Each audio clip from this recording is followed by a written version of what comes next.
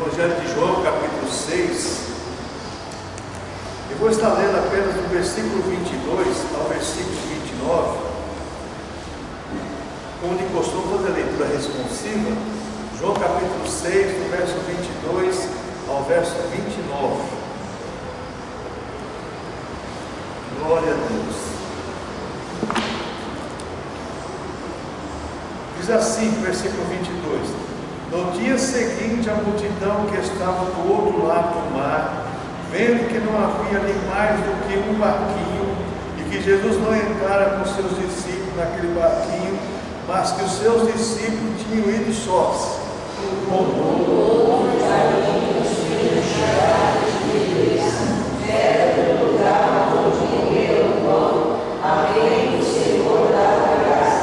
Vendo, pois, a multidão que Jesus não estava ali, nem os seus discípulos, entraram eles também nos barcos e foram a Cafarnaum em busca de Jesus.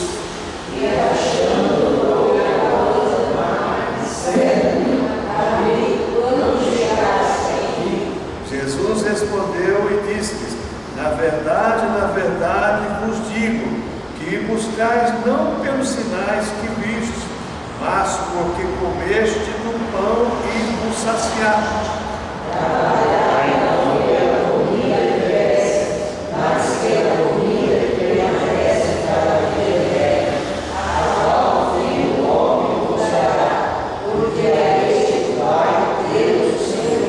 Disseram-lhe, pois, que faremos para executarmos as obras de Deus? Jesus respondeu e disse: a obra de Deus é esta, que creiais naquele que ele enviou. Amém. Por sentar, irmãos, e no 119 do nosso cenário, 119 do nosso cenário, faz parte da lição, né? 119 do nosso cenário. Ó Jesus, houvera Páscoa, suspirada dos antigos, ó Cordeiro eterno e meigo, digna assistir aqui. Ó Jesus, ó pão divino, pela fé te apropriamos, é nação alimento que sustenta o nosso amor. Bom Jesus, ó vinho, fonte de perene gozo, faze que nossa alma viva para ti, de ti, em ti. Aleluia. Irmãos, essa lição de hoje vai falar conosco, nos ensinar sobre alguns conceitos errados que nós temos na nossa vida com Deus, né? Aqui nesse sermão do João capítulo 6, vocês vão encontrar aqui muitas coisas que Jesus, né, nos ensina aqui a respeito desse texto aqui. E a primeira coisa que nós vemos aqui, irmãos, segundo o objetivo da aula, é estudar os elementos que revelam a indiferença da multidão em relação aos propósitos do sermão de Jesus. Muitas pessoas se tornam indiferentes com as pregações, principalmente a lição número 10, meus irmãos. A lição número 10 é que nós estamos estudando, a lição 10. Então, veja bem, muitas pessoas se tornam indiferentes com aquilo que é pregado, e as pessoas aqui nos ensinam bastante isso. Aí, para início de conversa, o autor diz assim: você já testemunhou situações em que as pessoas estavam diante de um banquete espiritual e não souberam aproveitar a oportunidade? Muitas vezes as pessoas estão diante de um banquete espiritual e elas não sabem. Veja bem, elas não sabem aproveitar a oportunidade. Existem alguns momentos que as pessoas, eu aprendi uma coisa, já falei para a igreja, agora repetir. Irmãos, nós não podemos julgar a mensagem. Nós não podemos julgar a mensagem. Por quê? Porque no Velho Testamento, quando o profeta profetizava se cumpria, na lei de Moisés tinha que matar, apedrejar. Hoje não. Hoje, se eu falar alguma coisa contra a igreja, quem vai acertar comigo é o cabeça da igreja. Eu estou falando contra o corpo. Certo? Então, eu aprendi isso, já ensinei, já falei, mas então a mesma coisa aqui, pelas situações que as pessoas estão diante do banquete espiritual e não souberam aproveitar a oportunidade. Conhecendo o texto, o contexto desse sermão é a multiplicação dos pães e dos peixes. Os 4 evangelhos registram o milagre que ele alimentou uma multidão com apenas 5 pães e 2 peixinhos. No dia seguinte, em Cafarnaum, a mesma multidão o procurou com a intenção de, veja bem, com a intenção de obter novamente alimentos para saciar a fome. O sermão foi proferido em uma sinagoga de Cafarnaum. Sabendo disso, o mestre aproveitou a ocasião para ensinar a multidão sobre o tipo de alimento que ele viera oferecer às pessoas. Ele afirmou que era esse o verdadeiro alimento que todos deveriam procurar. A pregação de Jesus tinha como tema central a expressão: eu sou o pão da vida. Essa afirmação revela que ele é o alimento espiritual que proporciona a vida eterna. A seguir destacaremos os motivos pelas quais as multidões, mesmo tendo o pão da vida, continuam famintos. Se nós lemos a Bíblia, irmãos, lemos a Bíblia Sagrada, a palavra de Deus, e não procurarmos entender a palavra de Deus, e não pegarmos a palavra de Deus como Deus falando conosco, nós não vamos entender nada. Porque a Bíblia é a palavra de Deus e é Deus falando conosco. As pessoas ouviram Jesus e não entenderam o que Jesus estava fazendo. E foram procurar Jesus porque queriam matar a fome da barriga. Só que Jesus fala assim: ó, eu sou o pão descendo do céu. O meu propósito, o meu objetivo é outro. O Evangelho é as boas novas da salvação, mas ele é levado a nós com o propósito de salvar a nossa alma. E é a primeira coisa, salvar a alma e levar essa alma salva à comunhão com o Senhor. Só que os princípios hoje, como naquela época, estão sendo distorcidos. Os princípios hoje, para muitos, o Evangelho se tornou comércio, negócio. Para outros, é uma barganha que elas procuram fazer com Deus. Deus me dá, eu recebo, está tudo certo. Então vamos aprender aqui. A multidão buscou a Jesus com os motivos errados. João 6, 26 ao 29 diz assim: ó. Jesus respondeu e disse: na verdade vos digo, que buscai não pelos sinais que viste. Olha, viram o sinal, mas Jesus sabia que aqueles sinais não tinham causado efeito na vida das pessoas como o pão que ele tinha dado, que tinha matado a fome das pessoas. Os pães peixinhos tinham visto o cego ver, paralítico andar e tantas coisas mais. E é interessante que as pessoas comeram do pão, comeram do peixe e não observaram que aquilo era um milagre. Tem muitas pessoas que veem no culto Deus agir e não percebem que é um milagre. Aí Jesus fala aqui, ó: na verdade, eu digo que buscar não pelos sinais que é visto, mas pelo começo do pão não saciaste. Matou a fome da barriga, mas não matou a fome da alma. As duas coisas são necessárias para o cristão. A fome existe, a fome da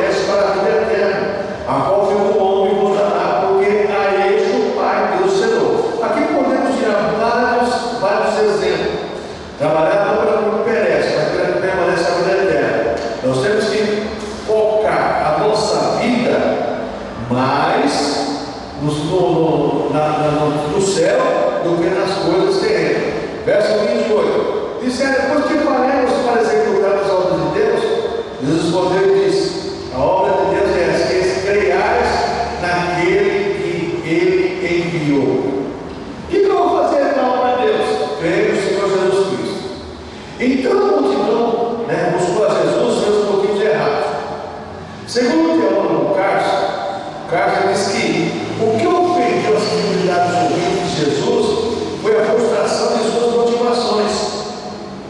E quando eu vou cultuar a Deus com motivação errada, eu saio frustrado do culto, irmãos. Quantas vezes a pessoa fala, eu vou lá então, porque eu sei que vai acontecer isso e não acontece nada.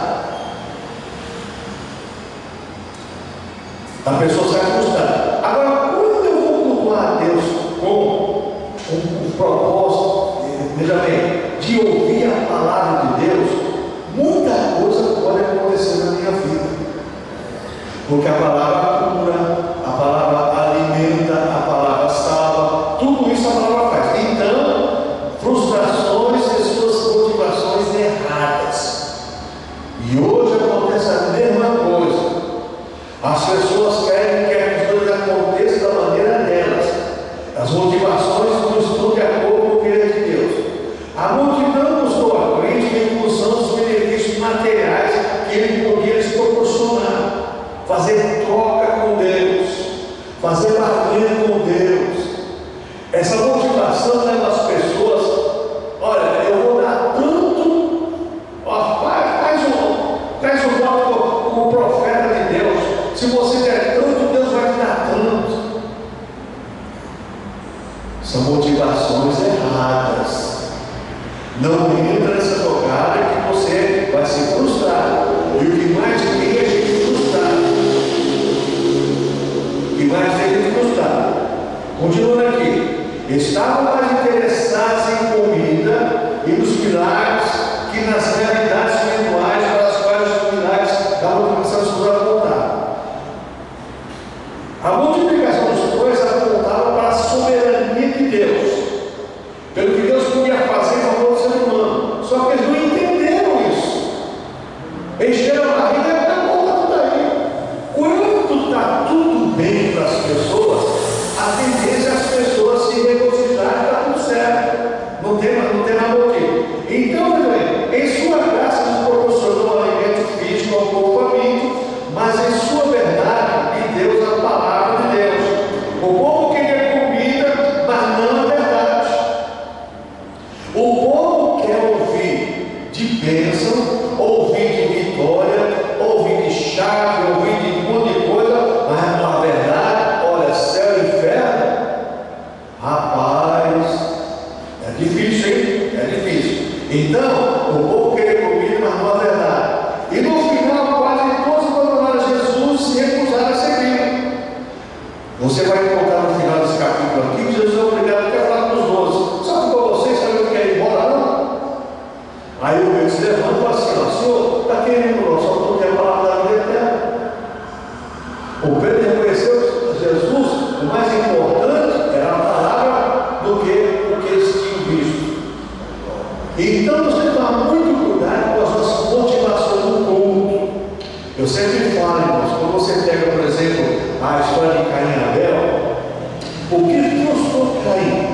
Foi a motivação errada do culto dele. Não é porque alguns faziam, é porque Caim levou o fruto da terra. Então Deus não podia aceitar o fruto da terra no Velho Testamento, porque o povo colhia e tinha que dar para o tempo. As primícias, não é isso não. As motivações de Caim eram diferentes de Abel.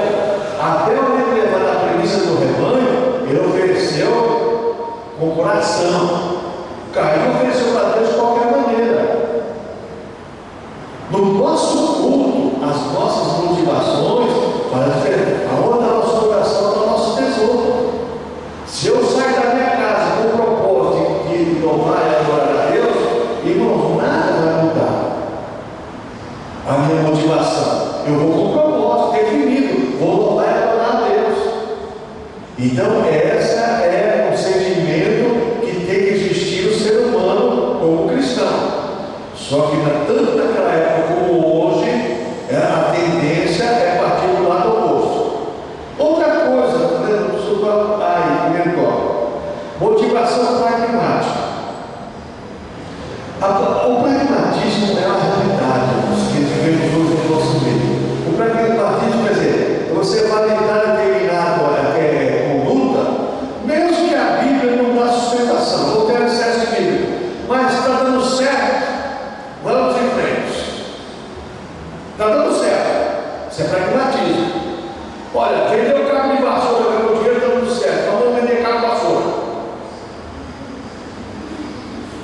Não é o certo.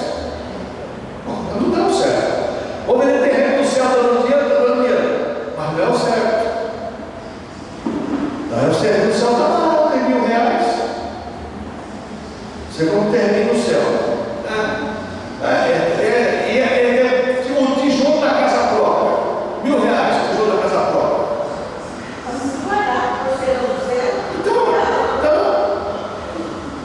Irmãos, isso é pragmatismo religioso e as pessoas gostam disso.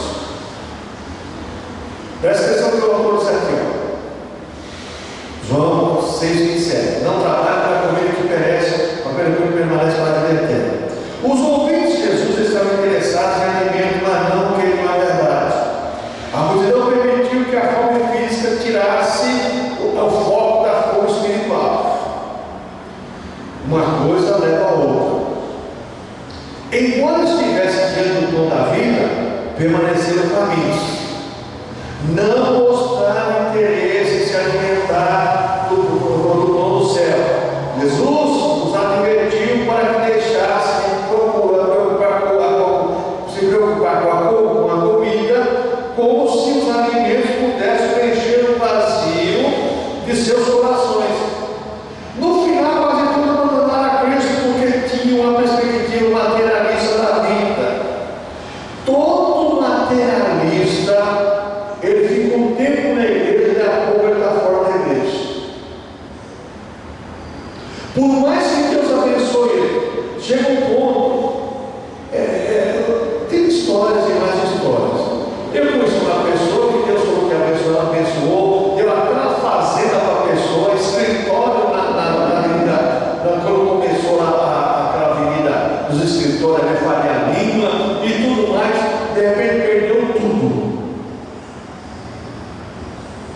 Ficou afastado da igreja, você se mudou. E muitos não me conhecem. Irmãos, essas pessoas materialistas, Deus dá. Elas fazem voto com Deus, aquela coisa toda. Só que quando Deus também tira, é difícil fazer como Jó. Deus levou, louvado seja o Senhor. Porque Jó, o foco dele era Deus. Você vai encontrar no capítulo 29 assim: eu sei que o meu Redentor vive, e por fim me levantará dentre os mortos. Mesmo que eu morra, eu vou me levantar. Inclusive, ele dá sustentação para a ressurreição corpórea. Quando a gente olha essa questão, as pessoas materialistas não são como Jó. Elas desfrutam do momento, do prazer.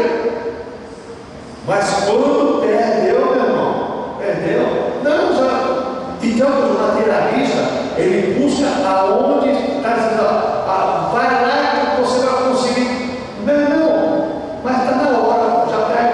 Eu conheço pessoas que saíram de Santo André para congregar em Campinas. Um determinado tempo, que tinha um rapaz que Deus usava lá, de repente o rapaz, sei que aconteceu, irmão, tá indo lá, não, vamos problema lá, agora estou procurando a igreja por aqui mesmo. Isso é materialista. Veja bem, pessoa frustrada, só busca o próprio interesse, não busca aquilo que Deus veio trazer para nós, que é a salvação é seu Filho, que é o pão do céu das nossas almas. E as pessoas se frustram por causa das suas motivações erradas e vai falar pela carta errada. Vai falar. Deus dá, mas cuidado. A relação pragmática com a pessoa de Jesus revela anseios imediatistas, que visam apenas suprir as necessidades momentâneas, sem nenhuma preocupação com a eternidade. A pessoa que entra nessa questão pragmática, ela está respaldada no ter e obter, não está preocupada com a eternidade, com a vida eterna, esquece. Depois eu penso no céu. Primeiro eu vou pensar na terra, e está errado. A orientação bíblica que devemos buscar em Jesus com o propósito de adorá-lo e servi-lo. Devemos amá-lo por aquilo que ele é. 1 Timóteo, capítulo 6, verso 7 e 8, 2 4, 18. Então nós devemos amar Jesus por aquilo que ele é e não por aquilo que ele pode dar. Ele pode por quanto ele pode. Eu falo para o Senhor, Jesus pode fazer essas cadeiras se tornarem cadeiras de ouro? Pode. Mas aonde ele vai ser glorificado? E se fazer cadeira de ouro, que não vai vender, ou alguém vai roubar. Mas aonde ele vai ser glorificado nisso? Toma muito cuidado com os nossos sentimentos voltados ao culto. Letra B aí sobre o tópico B. Motivação desprovida de fé em Jesus. Jesus escolheu a obra de Deus é essa, crer naquele que enviou. No 6:29. No diálogo com a multidão, Jesus orientou as pessoas a trabalhar pelo alimento espiritual, que é o único que pode saciar a fome da alma. O único que pode saciar a fome da alma. Os ouvintes não compreenderam a instrução do mestre e interrogaram: o que faremos? No versículo 29, ele escreve que o trabalho permanece para a vida eterna consiste em crer nele como Senhor e Salvador. O trabalho que permanece para a vida eterna consiste em crer nele como Senhor e Salvador. Você crê em Jesus como Senhor e Salvador? Então pode esperar as coisas acontecerem normalmente. Deus vai fazer as coisas acontecerem normalmente. Veja bem, a fé que a multidão apresentava estava fundamentada no milagre em si e não na pessoa e na obra de Cristo. A fé que a multidão apresentava estava fundamentada no milagre em si e não na pessoa e na obra de Cristo. Existiu em São Paulo alguns pregadores que Deus usava fazer milagres. E era interessante que as pessoas, vamos lá, domingo à tarde, principalmente, as igrejas eram lotadas, aquelas campanhas de fé, e Deus usava, mas não ia lá mais para Jesus, ia ficar no pregador. Lembra na época de Deus de amor, que Deus usava o Davi Miranda? Era lotado, mas não era por causa de Jesus, era por causa de Davi Miranda.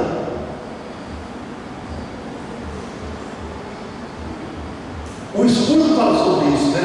Quando ele pregava lá em Londres, que as pessoas lá, ele cada 6 meses ele mudava o auditório para as pessoas não irem mais, deixavam assistir os cultos, porque ele pegava 5 sermões por dia e o tempo lotado, o arruvamento que aconteceu na época dele. Ele falava exatamente isso, que as pessoas frequentam o culto, mas sim para ouvir o pregador e não para ouvir o Senhor da pregação. O que acontece hoje? Aqui é o pastor Pedro, o pastor Manuel, Pedro João Tiago, os mesmos. Traz o verdadeiro aqui, coloca, não precisa nem colocar faixa. Só colocar um grupinho de pessoas aí, ó. Vai estar falando que está aqui. Você vê se não é uma confusão até com o trânsito. A rua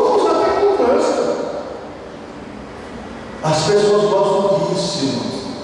Gostam de coisas que atraem, ouvir coisas, o ser humano é complicado. Ele troca o essencial por qualquer outra coisa. Substitui Jesus por qualquer outra coisa. Vamos, caminhando aqui. Sua motivação era totalmente equivocada. Pois espera apenas nas benesses de Cristo, ele não se ocupava em crer em sua obra salvadora e em segui-lo, como está lá em João 3,36, João 8,24. Aquelas pessoas, as bênçãos do Senhor, tudo que é de bom para mim, vem a mim e esquece do Senhor Jesus Cristo.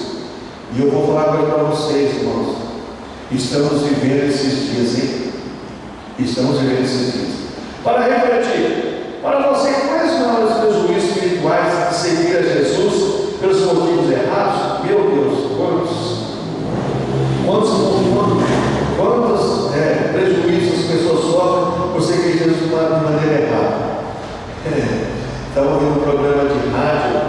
E a pessoa mandou uma mensagem para o pastor, né?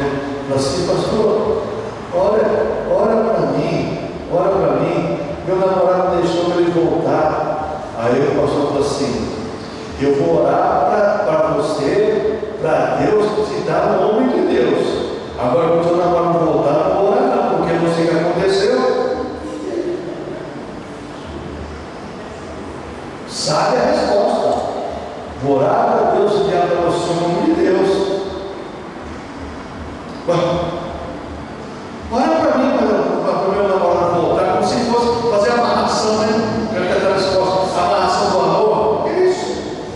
Orar para Deus mandar para você um homem de Deus.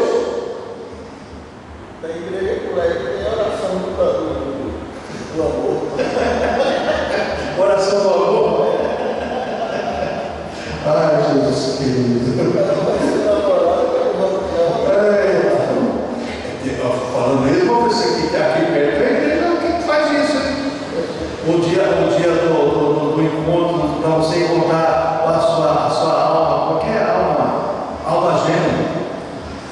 Ou tal dia é o culto da alma gêmea. Você que é encalhado. Tem uma igreja que gosta aqui. O único falar onde quer que senão perigoso também. Irmãos, a gente brinca, mas é verdade, irmãos, a coisa é séria. Vivemos uma época dos judeus. Judeu era complicado. E o povo era a mesma coisa. A multidão não interpretou corretamente a revelação de Deus. Segundo o tópico, a multidão não interpretou corretamente a revelação de Deus.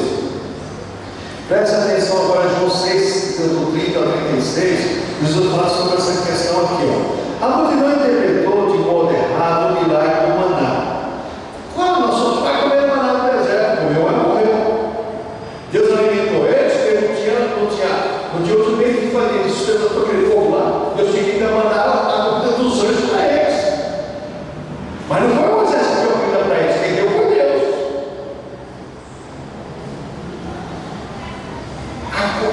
Existe uma possibilidade humana de interpretar tudo o que Deus fez de uma maneira errada, principalmente quando se fala em algo que nos traz benefício.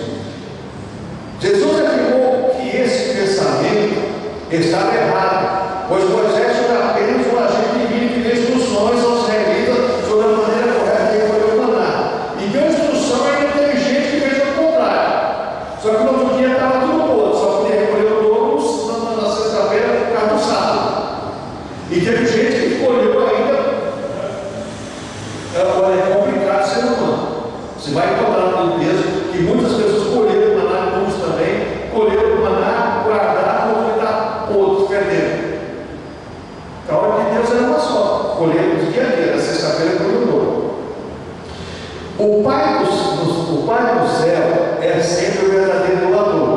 O Senhor, assim como enviou o maná no deserto, também nos dá o verdadeiro pão do céu, isto é, Jesus Cristo, o maná no deserto, era, portanto, uma tipologia de Cristo.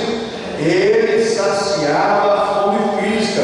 Jesus, com a vida, sacia a fome espiritual e nutre a vida interior. Uma pessoa alimentada espiritualmente, ela sobrevive muito bem nos momentos difíceis na sua vida física. Eu sempre falo, você chega no hospital, visitar um crente verdadeiro e uma pessoa que é meia boca, você vê a diferença. Você chega lá no hospital, você é uma pessoa que é crente verdadeiro e está numa situação difícil, ela fala assim: pastor, eu tenho certeza de uma coisa, se eu partir, vou dar melhor do que aqui. Você pega uma pessoa que é crente, que não tem compromisso com Deus, pastor, olha para Deus que sai me tirar daqui, porque quando eu sair daqui, eu vou fazer isso. Não, faz isso não, você não vai fazer. Você vai fazer. Não fez como estava bom, agora você vai fazer, não vai fazer. Agora, quando é crente verdadeiro, se Deus sair daqui, se eu sair daqui, vou para um lugar melhor. Isso exatamente, isso aí é ideais corretos. A multidão não compreendeu o propósito dos milagres. Então ele disse: que sinal faz para que as vejamos e cremos em ti? Quais são os teus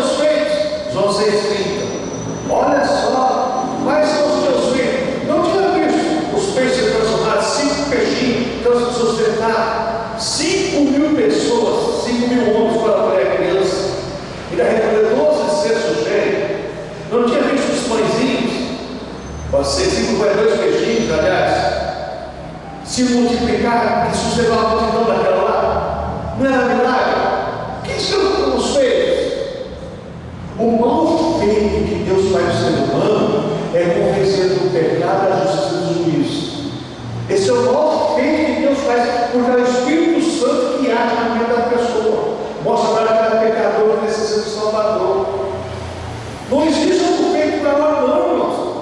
As pessoas trocam a salvação por qualquer outro meio, mas a salvação é o mal feito de Deus em nossas vidas. Graças a Deus sou salvo. Glória a Deus. Vamos caminhando aqui.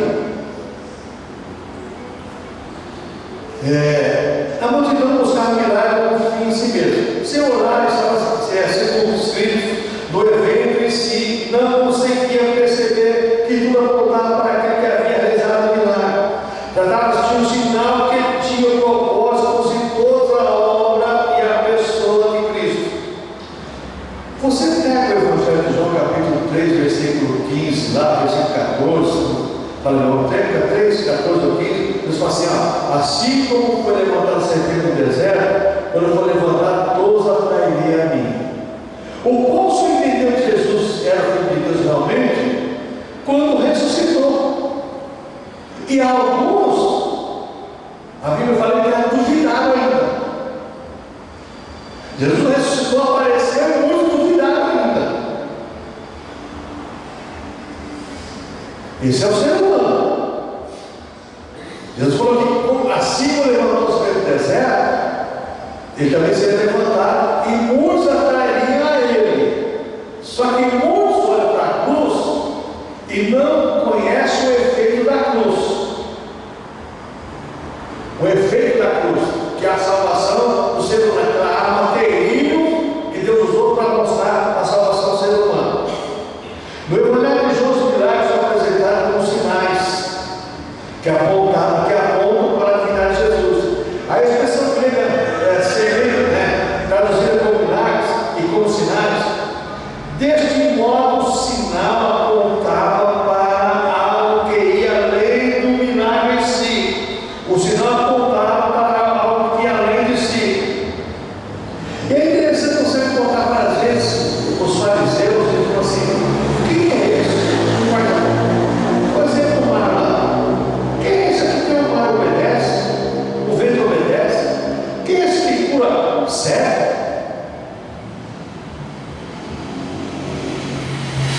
As pessoas não entendiam. Vamos caminhando. Desse modo, o sinal apontava para algo que ia além do milagre em si. Em outras palavras, os milagres realizados por Jesus tinham o propósito de canalizar a atenção dos espectadores para a sua divindade. Qual o propósito da mensagem de hoje pregada? É canalizar a mente das pessoas para aquilo que está sendo pregado pela palavra de Deus.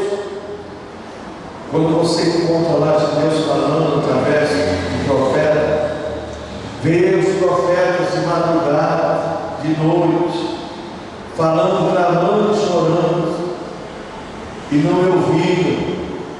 A mensagem de hoje exatamente é para isso. É para alertar as pessoas de um Deus que veio salvar, mas um Deus que virá um dia para concretizar a sua obra. Eu sempre falo, Deus foi bem claro e falou assim: eu vou, mas eu volto. São 14. Eu vou, mas eu volto. E se ele for, ele vai voltar. Não sei quando, mas vai. Então, é que eu falo, nós temos que estar esperando. E ele foi bem claro sobre isso. Se o pai de família soubesse que o ladrão viria, fechava a porta. Mas como não sabe, vigiar. Só cabe a nós vigiar. O sinal, o milagre, coloca em relevo a pessoa e a obra daquele que realiza. Você vai ver em Atos 17, Paulo e Silas quase foram linchados, porque eles queriam consagrar Paulo e Silas, um como o Deus grego, o outro como a Deus não sei o quê, e era Paulo disse: era isso não. Quem sou eu?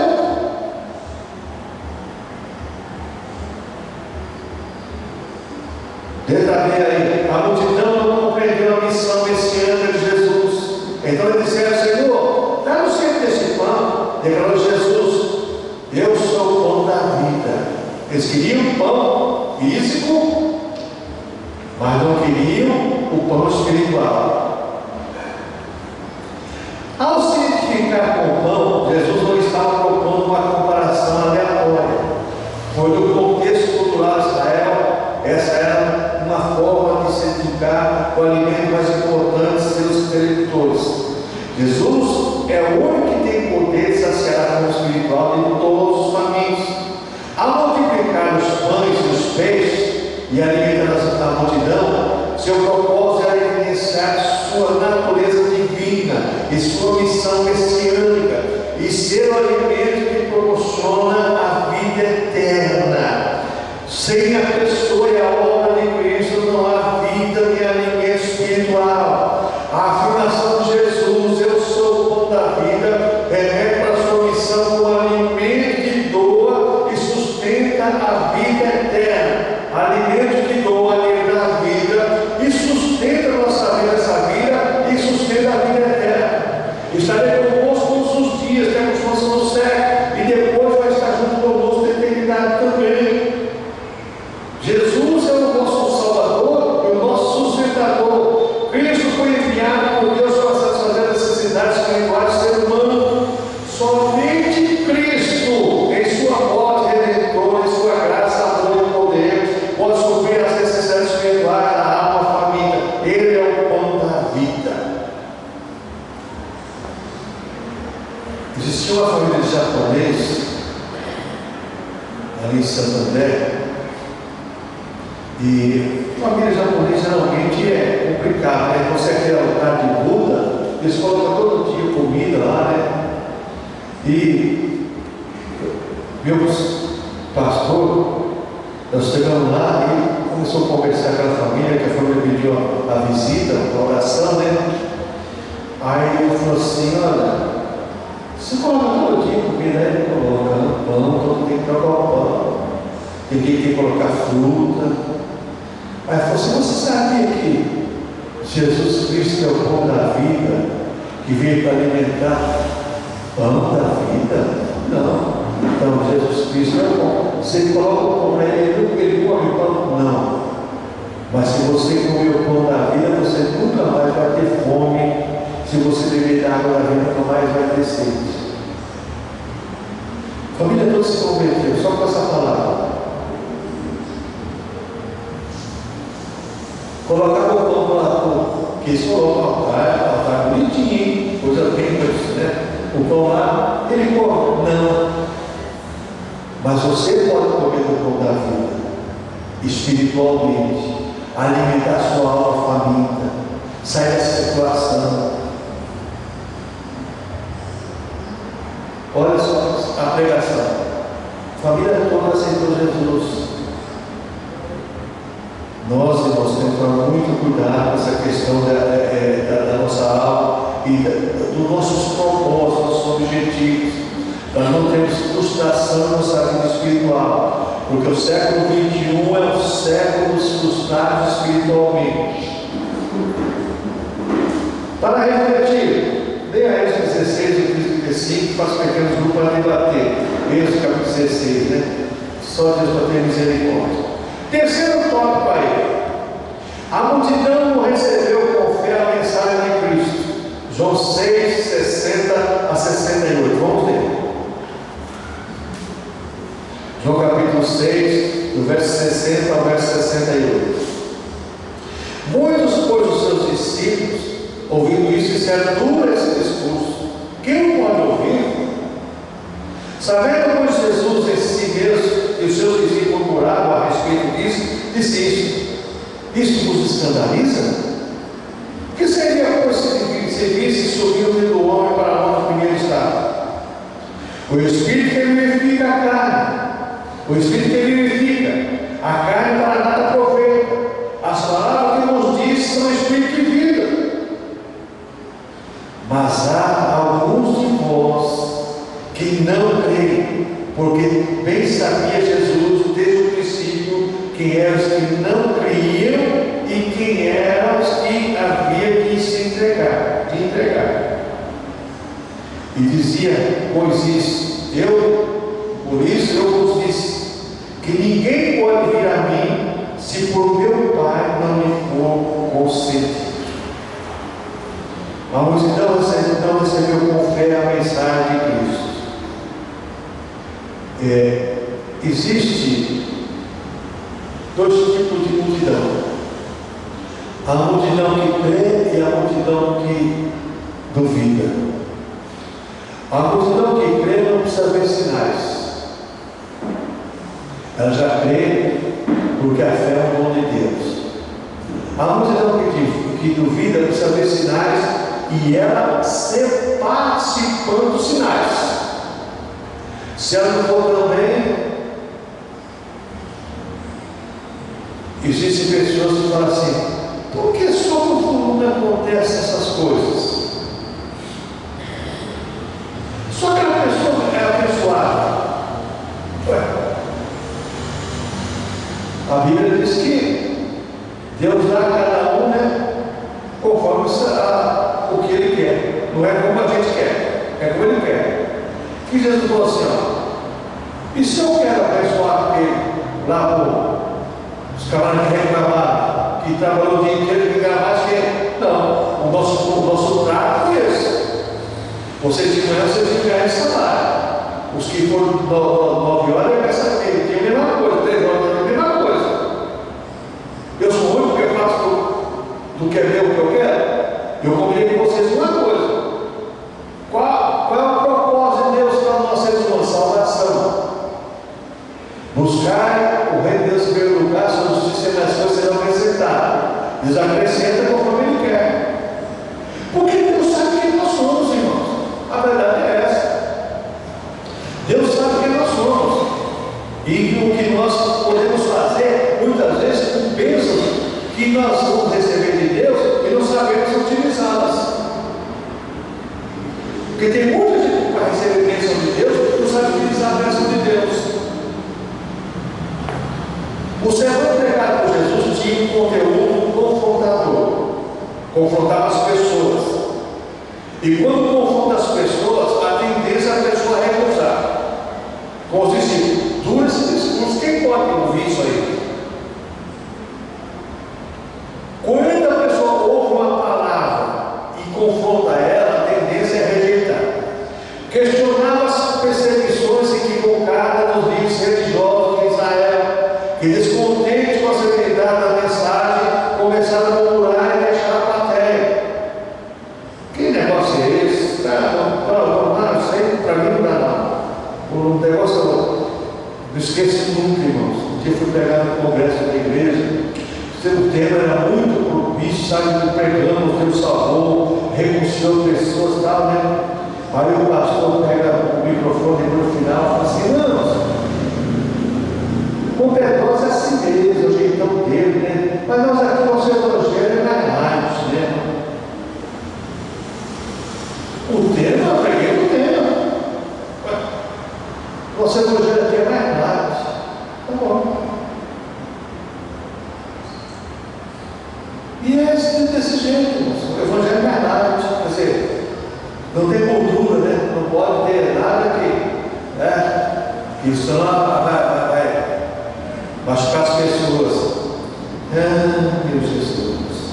Suas reações revelaram que seus corações estavam cheios de descrença, presunção e apego às tradições religiosas. Outro problema, irmãos, apego às tradições religiosas. Se o culto sair do normal um pouquinho, é complicado.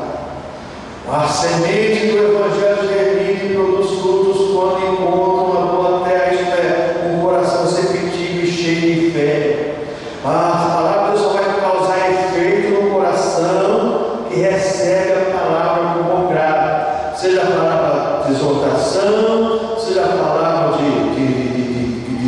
bênção, seja a palavra de perspectiva, a pessoa recebe com bom grado ao Senhor: eis aqui o teu servo, eis aqui a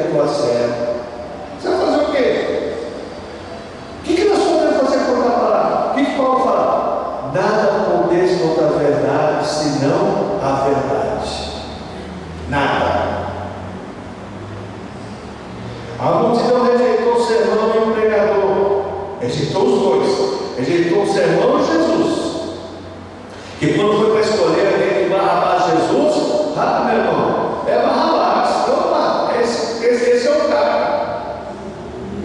Esse é o cara. Rejeitou o sermão e o pregador. A vista disso, todos os seus discípulos abandonaram e já não andavam com ele. A multidão julgou que o conteúdo do sermão de Jesus era tudo demais. Olha, é tudo demais. Não dá certo isso não. Vamos ficar com a coisa mais light. E os fariseus, eles colocavam algumas normas, mas eles também não faziam. E se fizesse a oferta, mas está tudo certo. Queria uma mensagem mais amena, que, de acordo com o teólogo Mark Arthur, a reação identificada dessa narrativa bíblica é pelos falsos discípulos. O Mark Arthur fala exatamente sobre isso, que essa aqui identifica exatamente os falsos discípulos. Os falsos discípulos não gostam da coisa certa, gostam da coisa errada.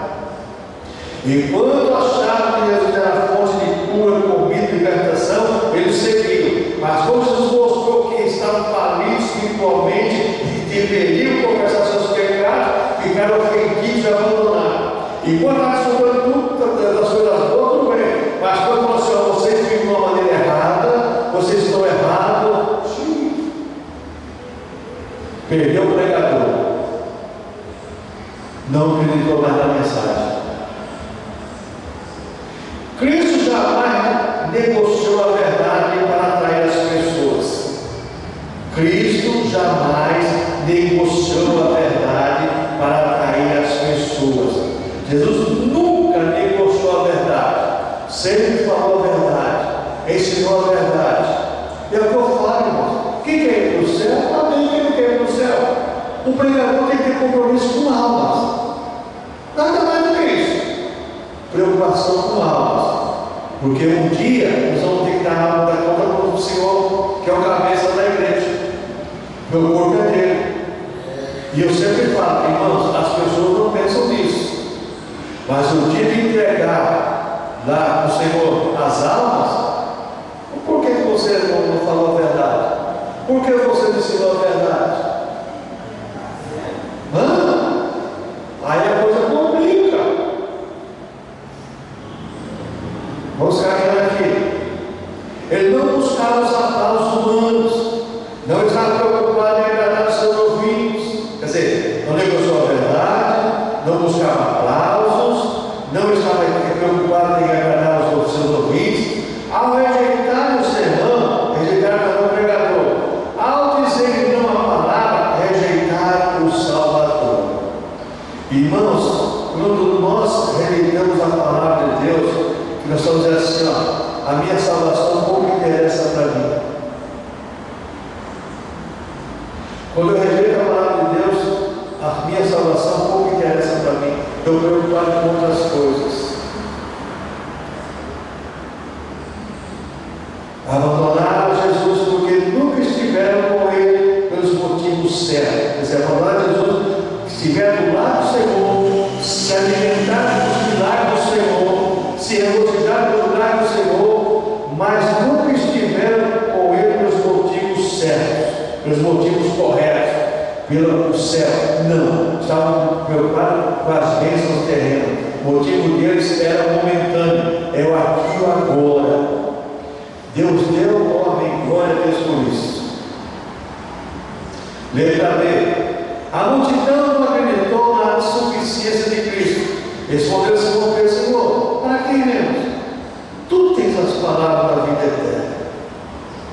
Já que o Senhor deu uma mensagem sobre isso há pouco tempo. Mensagem tremenda. Só Jesus tem as palavras da vida eterna. Não tem outro jeito, irmãos. Não tem. Depois da dispersão da multidão, Jesus canalizou seu sermão para os discípulos mais próximos. Diferentemente do que se poderia imaginar, ele não abrandou o discurso. Ao contrário, desceu ainda mais com a mensagem confrontando os seus discípulos. Não, sabe agora que somos nós aqui? Vamos dar um jeitinho, né? Vamos, né? Irmãos, isso tem sido um câncer na vida da igreja. Não, está a liderança, sabe, a gente coloca o pano em cima, está tudo certo. Isso é um câncer, isso corrói, isso acaba com a igreja, acaba com tudo. Olha só, foi nesse contexto que Pedro respondeu pelo grupo e afirmou que eles não teriam outro médico para seguir. Sua confissão demonstra que os seus discípulos conheciam a identidade de Jesus, tinham vivido com Jesus, sabiam quem Jesus era, e nesse momento Pedro fala exatamente que foi reconhecer que Jesus podia salvar a vida deles. A afirmação de que somente ele possuía as palavras da vida eterna evidencia a certeza do discípulo que Jesus era verdadeiramente o Filho de Deus, nada mais do que isso, o Filho de Deus. Agora, irmãos, preste atenção numa coisa: por mais difícil que seja a vida desse mundo, nós nunca podemos fazer da nossa vida e da teologia, o pragmatismo religioso. Está dando certo, continua assim, vai em frente. Deus só quer o coração. Não, no culto da Santa Ceia, Jesus falou para Paulo: examine-se, pois, o homem a si mesmo. A introspecção é o dever de cada um de nós no nosso dia a dia. Para refletir, em sua opinião, quais os riscos de não receber a mensagem do Evangelho com atitude de fé? Primeiro risco é eu não estar preparado para ouvir a mensagem. Quando eu vou à igreja e não vou cultuar o Senhor, porque tem muita gente que vai à igreja, mas não vai cultuar o Senhor. É o primeiro risco. Quando eu vou cultuar o Senhor, eu recebo a mensagem com gratidão. Agora, quando eu vou à igreja, é aquele negócio. Muitas pessoas vão como uma obrigação, outras vão como, vamos dizer assim, como costume. Eu já ouvi pessoas falar assim: se eu não for à igreja pelo menos domingo, alguma coisa errada comigo. Espera aí. Se você não for à igreja no domingo, alguma coisa errada com você? Não é assim. Nós temos que ter aquela atitude de fé: eu vou cultuar o Senhor. Eu não vou à igreja porque eu preciso ir. Não, eu vou porque eu preciso cultuar o Senhor. É lá que eu vou cultuar o Senhor. Mas não pode cultuar o Senhor em qualquer lugar? Pode e deve. Mas lá é a comunhão, é o corpo de Cristo em adoração ao sol à cabeça. E aí que surge a proposta do Senhor Jesus Cristo: onde tiver 2 ou 3 reunidos em meu nome, eu estou presente. Mas eu não estou presente na minha casa, está na minha casa, na tua casa, não tiver. Mas na comunhão, a coisa é diferente.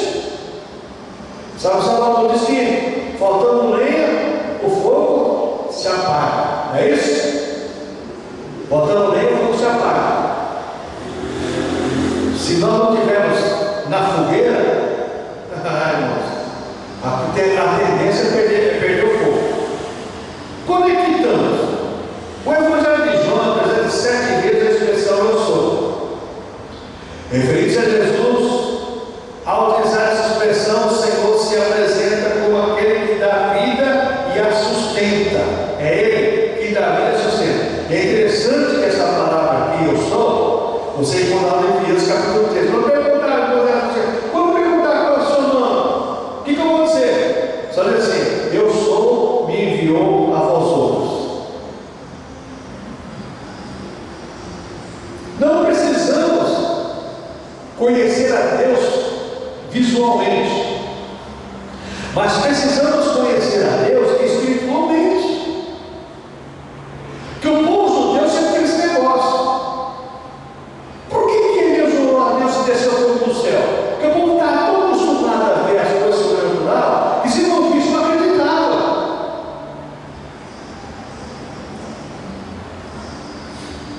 Nós temos que cultuar a Deus, irmãos, Pela fé.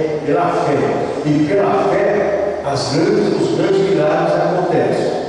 A multidão que ouviu o sermão de Jesus, embora estivesse diante de um farto banquete espiritual, retirou-se faminta, porque se mostrou insensível à mensagem ao pregador.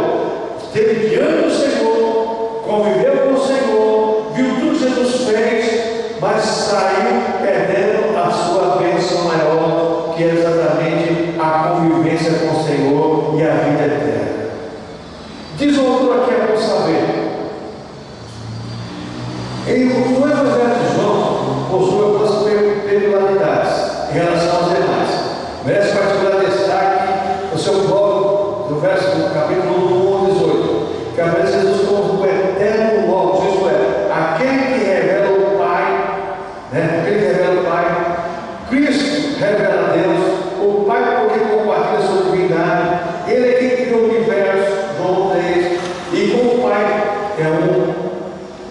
No Evangelho de João, a expressão sou usada por Jesus em 7 ocasiões diferentes, sempre com o mesmo propósito de exercer a divindade. Primeiro, eu sou o dono da vida, para mostrar a divindade de Jesus, que Ele pode sustentar as pessoas tanto fisicamente como espiritualmente. Segundo, eu sou a luz do mundo. João capítulo 8, verso 12, e João 9, 5, diz assim: eu posso clarear vocês, iluminar vocês, porque eu sou a palavra, eu sou o verbo, eu sou o Logos.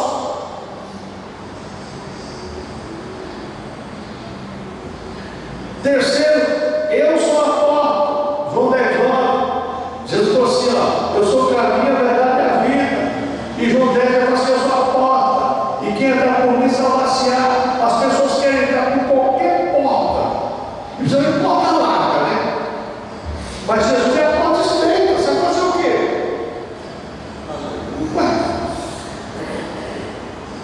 Temos que entrar pela porta, irmãos. E a porta é estreita? Glória a Deus. Dá para passar o corpo? Dá. Então vamos passar. Apertar aqui, vamos passar.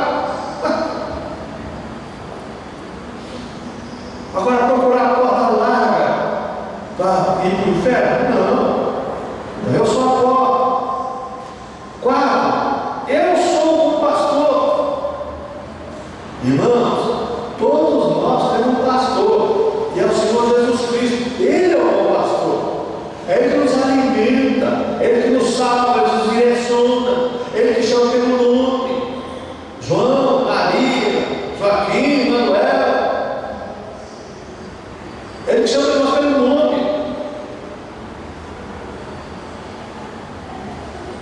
Irmãos, Deus é maravilhoso, irmãos. Outra coisa, quinto lugar, eu sou a ressurreição e a vida. Por que eu sou a ressurreição e a vida? João 11, 25, lá o caso de Lázaro lá. Só quem pode ressuscitar o morto é Jesus. E ressuscitar o morto que morreu com Ele, para ter uma vida eterna melhor do que nesse mundo. Eu sou a ressurreição e a vida. As pessoas querem tudo, mas quando está pensando na ressurreição, irmãos, morreu nesse mundo, o cristão é lucro. Saiu de uma vida do mundo tenebroso aqui, já foi para um mundo melhor, aos braços do Senhor, e depois vai ressuscitar no corpo glorificado, que é o corpo do Senhor Jesus Cristo. Ele é a ressurreição e a vida. Você está focado nele. Não tem que existir outro objetivo. Sexto, eu sou o caminho, a verdade e a vida. Irmão, quantos caminhos existem para acreditar tenebroso? Esse ditado é tenebroso. Todos os caminhos levam a Roma, mas menos o céu.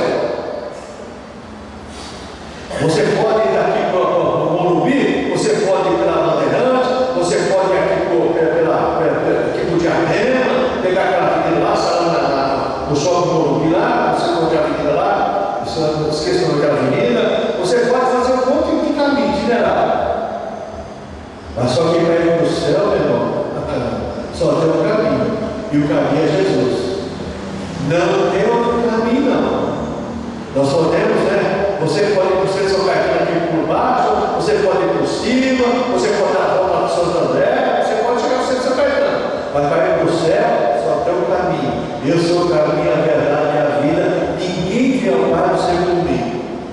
judeus não entendiam isso, queria a Deus de qualquer jeito, até pela morte de uma bezerra queria a Deus. Que com a bezerra podia salvar eles?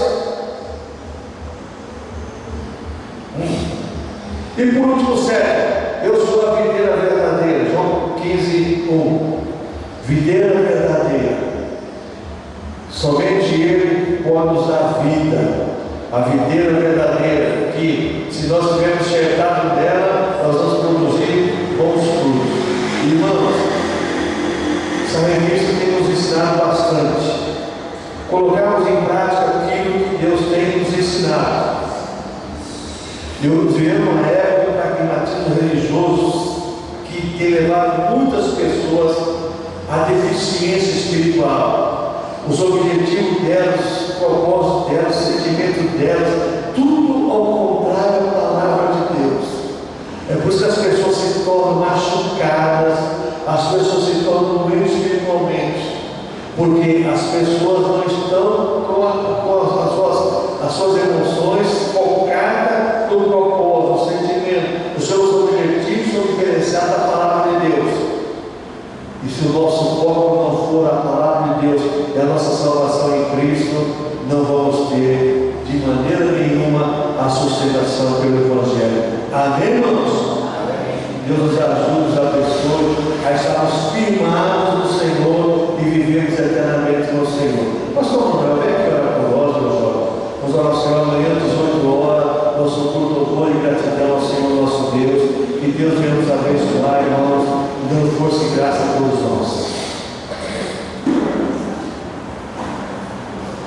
Paz do Senhor para todos. Amém. Oremos. Pai, eu te agradeço, te louvo, te abençoe.